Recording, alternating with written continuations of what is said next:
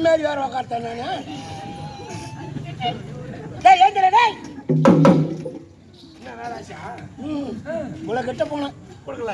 இவ்வளோ கிட்ட போயிட்டேன். இன்னும் கொஞ்சம் தான் இதுங்க. முன்னோர்கள் வகுத்து வச்ச கதைகள். அதனால நாம எந்த இடத்துல எப்படி இருக்கிறோம் அப்படின்றத சிந்தனை பண்ணி நடக்கணும். அடைக்க மறுத்து பேசுறேன் ஐயா. எல்லா பெண்களையும் அடித்து துன்புறுத்தலாமா?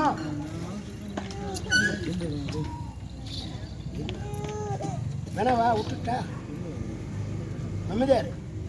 இதெல்லாம் நான் சொல்ல மாட்டேன். அடித்து துன்புறுத்தலாமா அப்படின்னு கேட்டா இல்லைங்க.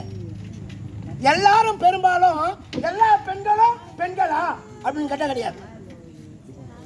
எல்லாரும் பார்த்தோன்னே இவங்களும் பொம்பளை தான் அவங்களும் பொம்பளை தான் எல்லாரும் பொம்பளைலாம் இல்லை. பெண்களில் 4 விதங்கள். எப்படின்னாக்கா அத்தினி, சித்தினி, உத்தமி, பத்தி. 4 விதம். அத்தினி சித்தினிக்கு விளக்கம் சொல்ல முடியாது. அது ரெண்டும் பலப்பற்றதாகும். அமைதியா இருந்ததான் சொல்லுவேன், இல்லைன்னா பாதியில விட முடிச்சு விட போடுவேன். அப்போ பத்தினி என்பவன் இந்த உலகத்திலே யாரு அப்படின்னு கேட்டா ஒண்ணும் கிடையாது.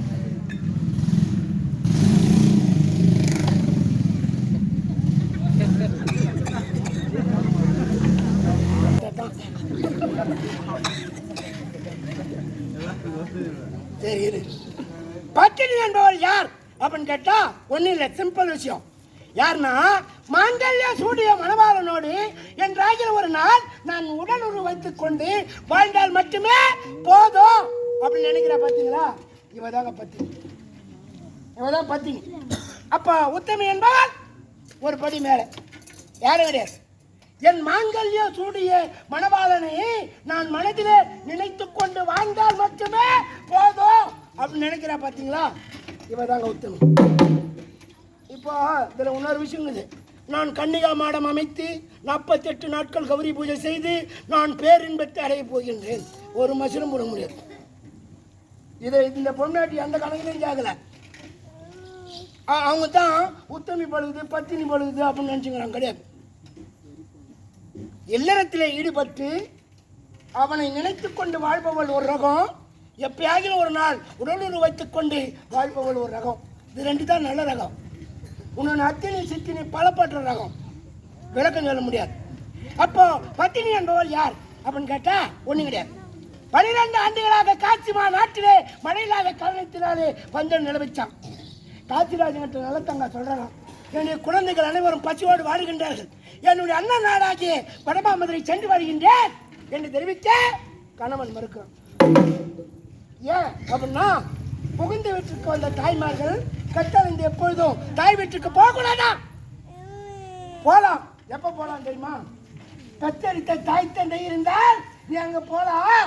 என் குழந்தை வந்துச்சு அப்படின்னு சொல்லி உன்னை அன்பாக அறைவடைப்பார்கள்மா. நீ போவாதம்மா. உன்னை வளர்த்தவங்க அண்ணிங்கிற அண்ணன் நகராங்க.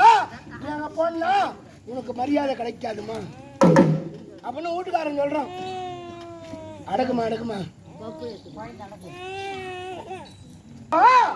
கணவனுடைய வார்த்தை மீறி வரா. அதுதான் சொல்லுது.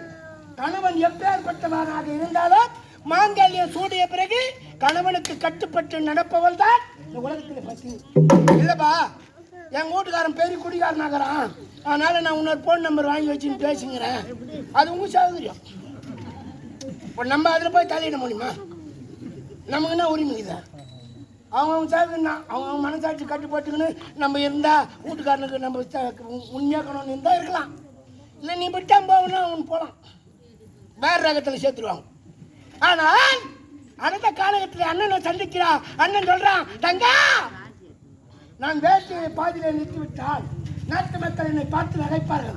ஆகையால் தாயை போல பாவிக்கக்கூடியவன் அண்ணி அலங்காரிக்கிறமா வீட்டுக்கு போமா என்று சொல்ல அங்கு சென்று நல்ல தங்கா அலங்காரியால் மனவேதனைப்பட்டார், துன்பப்பட்டார், துயரப்பட்டார். இந்த துன்பத்தையும் துக்கத்தையும் தாங்கிக் கொள்ள முடியாது. நல்ல தங்கா அடர்ந்த கானகத்திலே பாயறிந்த கிணற்றிலே 7 பிள்ளைகளையும் வீழ்த்தி எழுதிவிட்டு தானும் பிறந்தாளே.